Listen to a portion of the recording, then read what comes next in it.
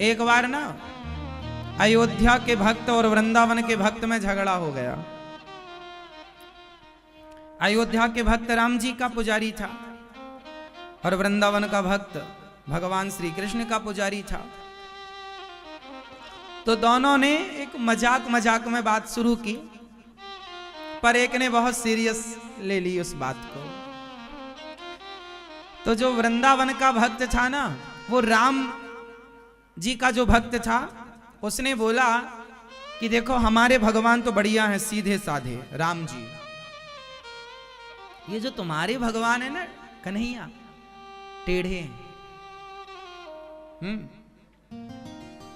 टेढ़े टेढ़े काम करते हैं। हमारे भगवान ने तो कभी चोरी वोरी नहीं की, तुम्हारे भगवान ने तो चोरी तक की है। हमारे भगवान खड़े होते हैं तो बिल्कुल सीधे खड़े होते हैं, तुम्हारे भगवान पांव को पांव में फंसा के, कमर और गर्दन भी टेढ़ी और हाथ यूं, सब टेढ़ा मामला है। टेढ़े काम, गोपियों के कपड़े चुरा लिए।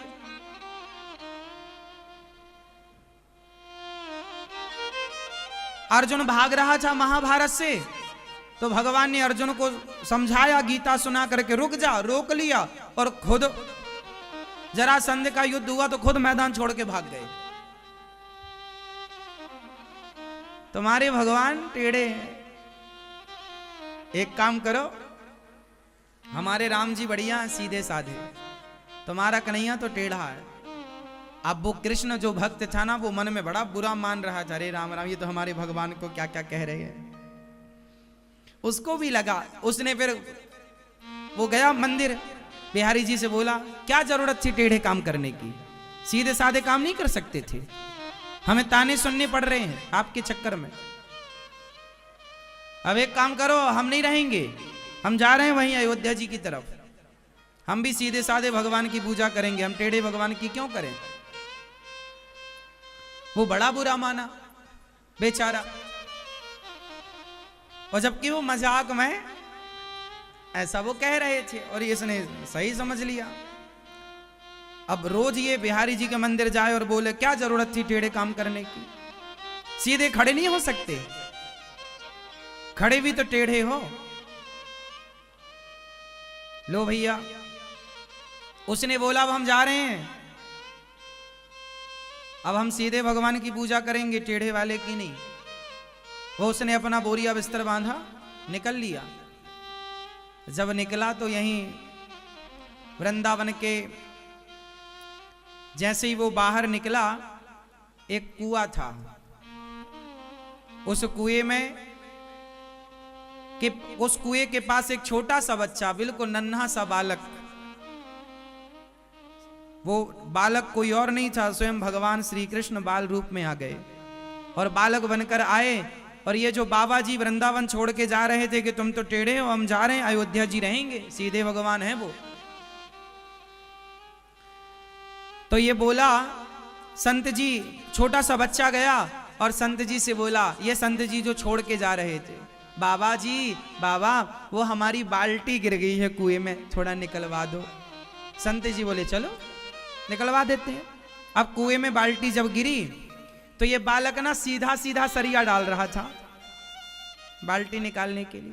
बाबा जी बोले पगले, सरिया सीधा रहेगा तो बाल्टी थोड़ी निकलेगी, सरिया को थोड़ा टेढ़ा करो। बालक बोला टेढ़ा करेंगे तो क्या होगा। बोले सरिया टेढ़ा रहेगा तो बाल्टी फंस जाएगी, जो बाल्टी का पकड़ने का होता है फंस जाएगी, ऊपर आ जाएगी। बालक ने बोला बाबा तो सीधा सरिया अच्छा होता है कि टेढ़ा।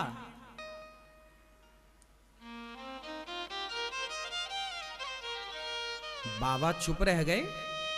बच्चा बोला बाबा बाल्टी निकालना हो ना कुएं से तो टेढ़ा करना पड़ता है कि नहीं। हाँ, बोले संसार में गिरे हुए बाल्टी जैसे कुएं में गिर गई, ऐसे आज का प्राणी संसार के कुएं में गिरा पड़ा है, उस गिरे हुए को निकालने के लिए टेढ़ा बनना पड़ा भगवान को। भगवान टेढ़े बने तो केवल इसलिए कि टेढ़ी टांग पकड़ में आ जाएगी ना, तो आप वो टांग पकड़ के ही पार हो जाओगे, पांव पकड़ के भगवान के पार हो जाओगे। इसलिए टेढ़ी टांग करनी पड़ी उन्हें, टेढ़ी लीला करनी पड़ी उन्हें। भव सागर से पार होना हो, कुएं से बाल्टी निकालना हो तो सरिया कैसी करनी पड़ेगी। और संसार है कुआ, ते न परहि यह चरित जिगावहि, हरिपद पावहि ते न परहि भव कूपा।